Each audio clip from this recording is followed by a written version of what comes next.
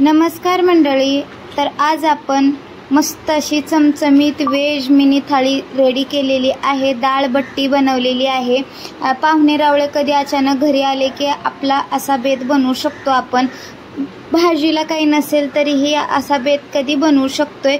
बघू शकताय डाळ बट्टी बनवण्यासाठी मी इथं तुरीची डाळ घेतलेली आहे पाऊण वाटी आणि पाव वाटी इतकी मुगाची डाळ घेतलेली आहे।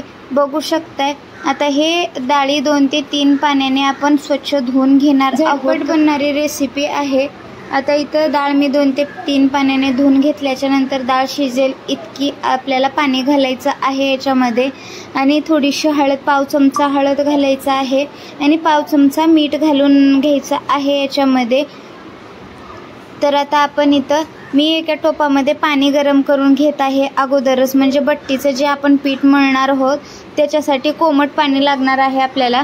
तर ते पाणी मी अगोदरच गरम करून घेतलेलं आहे। आता इथं कुकरचं झाकण लावून गॅसवर ठेवून याला मीडियम गॅस करून घ्यायचा आहे आणि एक 3 ते 4 शिट्ट्या काढून घ्यायच्या आहे। डाळ पूर्णपणे अशी गाळ झाली पाहिजे। आता इथं मी गव्हाचं पीठ घेतलेलं आहे 2 वाट्या आणि 2 वाट्याला पाऊण वाटी इतकी मी रवा घेतलेला आहे। तो रवा पण याच्यामध्ये मिक्स करून घ्यायचा आहे आपल्याला। बघू शकता पाऊण वाटी इतका रवा आहे आणि आता आपल्याला चवीनुसार याच्यामध्ये मीठ घालून घ्यायचं आहे। पाव चमचा इतकी हळद घालायची आहे आणि आता हे रूम टेम्परेचरवरचं तूप आहे ते तूप आता याच्यामध्ये वतून द्यायचं आहे।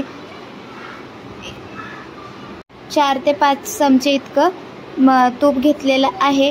आता इथे एकजीव करून घ्यायचं आणि थोडं थोडं पाणी घालून सैलसर गोळा मळून घ्यायचा आहे, कारण याच्यामध्ये रवा आहे। रवा कोमट पाण्याने फुलून येतो, नंतर पीठ थोडंसं सैलसर असलेलं घट्ट होतं आपलं। तर बघू शकता इथं मी कोमट पाण्याने पीठ मळून घेत आहे। हे बघा मस्त असं सैलसर पीठ आता आपलं मळून झालेलं आहे। याला 15 ते 20 मिनिटं बाजूला ठेवून देऊया भिजण्यासाठी। आणि इथं कांदा कापून घेतलेला आहे, कोथिंबीर कापून घेतलेली आहे मी आणि लसणाच्या पाकळ्या 4 ते 5 आणि आल्याचा तुकडा वाटून घ्यायचा आहे खलबत्त्यामध्ये।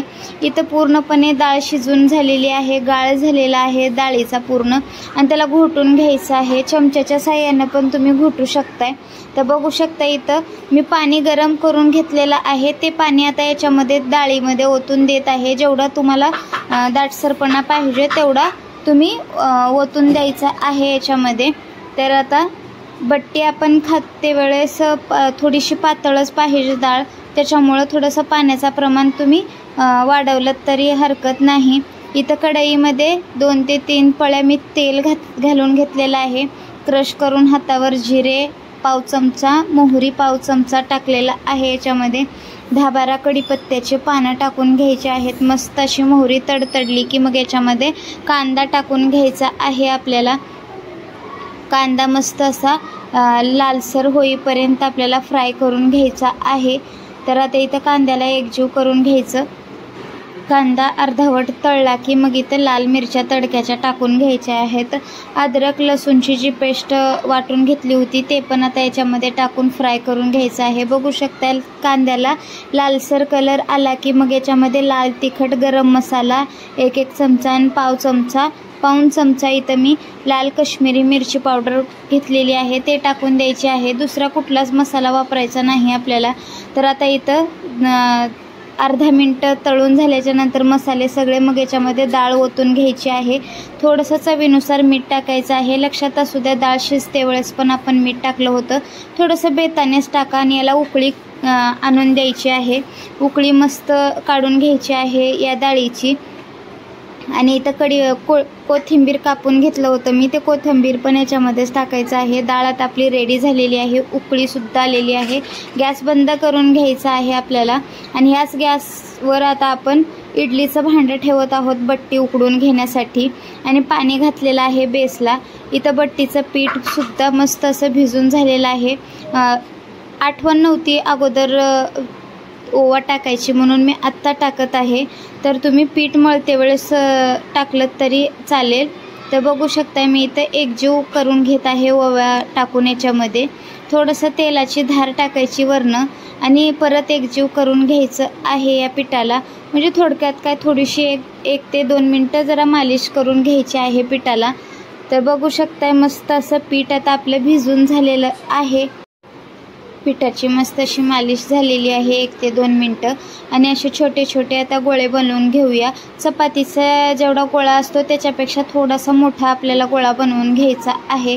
जेवढे होतात तेवढे गोळे आपण बनवून घेऊया. याच साईजचे गोळे बनवून झालेले आहेत. आता बट्टीची एकदम असं चपाती जशी लाटतो आपण तशी गोळा एक घ्यायचा, खालीवरी तेल लावायचं आणि मस्त असं लाटून घ्यायचं आहे आपल्याला.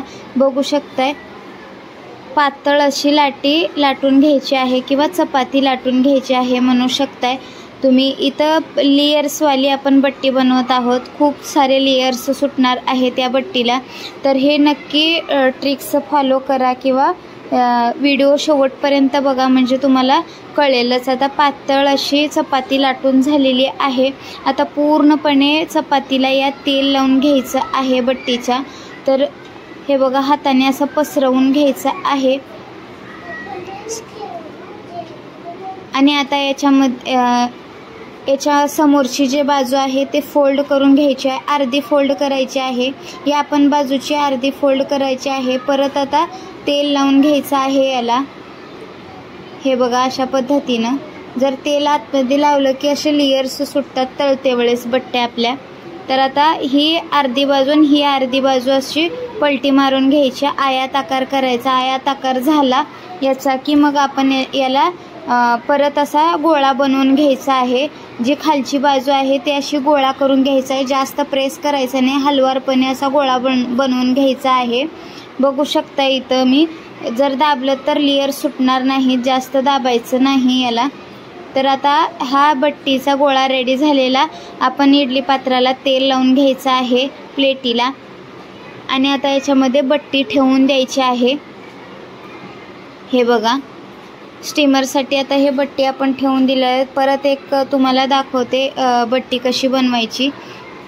चपातीला पूर्णपणे तेल लावून घ्यायचं आहे आणि अशी एक बाजूची अर्धी बाजू फोल्ड करायची आहे. परत त्याला पण तेल लावून घ्यायचं आहे. दुसऱ्या बाजूची अर्धी बाजू फोल्ड करायची आहे. परत त्यालाही तेल लावून घ्यायचं आहे. समोरची बाजू अर्धी फोल्ड करायची आणि आपल्या बाजूची जी बाजू राहते ते अर्धी फोल्ड करायची आणि असा गोळा करून घ्यायची आहे बट्टी. तर बघू शकता जास्त प्रेस न करता असे एकजीव करायचा आहे. आणि आता हे पण इडली पात्रात ठेवून द्यायचं आहे किंवा इडली बनवण्याच्या प्लेटमध्ये ठेवून द्यायचं आहे. बाकीच्याही बट्ट्या अशाच बनवून घ्यायच्या आहेत आपल्याला. आणि जे फोल्ड केलेली बाजू आहे ते खालच्या बाजूला ठेवायचे आहे. इथं मग पाणी पण उकळत आहे आपलं. तर आता आपण हे बट्ट्या याच्यामध्ये ठेवून देऊया. एक 15 मिनिटासाठी आता याला स्टीम करून घेणार आहोत किंवा उकडून घेणार आहोत म्हणू शकताय तुम्ही. वरती झाकण मीडियम गॅस ठेवायचा आहे. वरती झाकण ठेवून द्यायचं आणि बघू शकताय मस्त असं उकडलेल्या आहेत बट्ट्या आता आपल्या. आता एक एक करून याला खाली काढून घ्यायचं आहे. थोड्याशा गार करायच्या आहेत आणि याला एकातनं 4 भाग करायचा आहे. जसं अधिकचं चिन्ह असतं तसं एकातनं 4 भाग करून घ्यायचे आहेत आपल्याला. हे बघा बघू शकताय तुम्ही मस्त सगळ्याच बट्ट्या अशा कापून घ्यायच्या आहेत आपल्याला. आणि तेल मी अगोदरच गरम करायला ठेवलेलं आहे. तेल मध्यम मीडियम गरम करायचं आहे. जास्त धूर उठेपर्यंत आपल्याला तेल गरम करायचं नाही. तेलात ह्या बट्ट्या तळल्याच्या नंतर आपोआप लेयर सुटतात त्याचे. तर तळल्याच्या नंतर तुम्ही बघाच पण बघू शकताय मस्त असं जेवढ्या मावतीन तेवढ्या आपण बट्ट्या याच्यामध्ये कुरकुरीत होईपर्यंत तळून घ्यायच्या आहेत. मस्त असा कलर आलेला आहे आपल्या बट्ट्यांना बघू शकताय तुम्ही. आणि लेयर्स पण सुटलेले आहेत. अप्रतिम चवीला खूप छान लागतात. हे नक्की ट्राय करा. आणि व्हिडिओ कसा वाटला कमेंट्स बॉक्समध्ये सांगायला विसरू नका. आवडल्यास लाईक करा, शेअर करा. तर इथं मस्त मिनी व्हेज थाळी आता डाळबट्टीची रेडी झालेली आहे म्हणू शकताय. मी अगोदरच भात पण लावला होता. तो भात पण ठेवला आहे थाळीला मी. तर आता हिला खायचं कसं तर बट्टी अशी चुरून घ्यायची प्लेटीमध्ये हाताने चुरायची मोठी मोठी आणि आता याच्यावर डाळ टाकायचं आणि चमच्याच्या किंवा हाताच्या साहाय्याने खाऊ शकताय. मस्त अशी डाळ बट्टी रेडी झालेली आहे. अप्रतिम चमचमीत मिनी व्हेज थाळी रेडी आहे. शेअर करा तुमच्या मित्रमैत्रिणींना, नातेवाईकांना. धन्यवाद.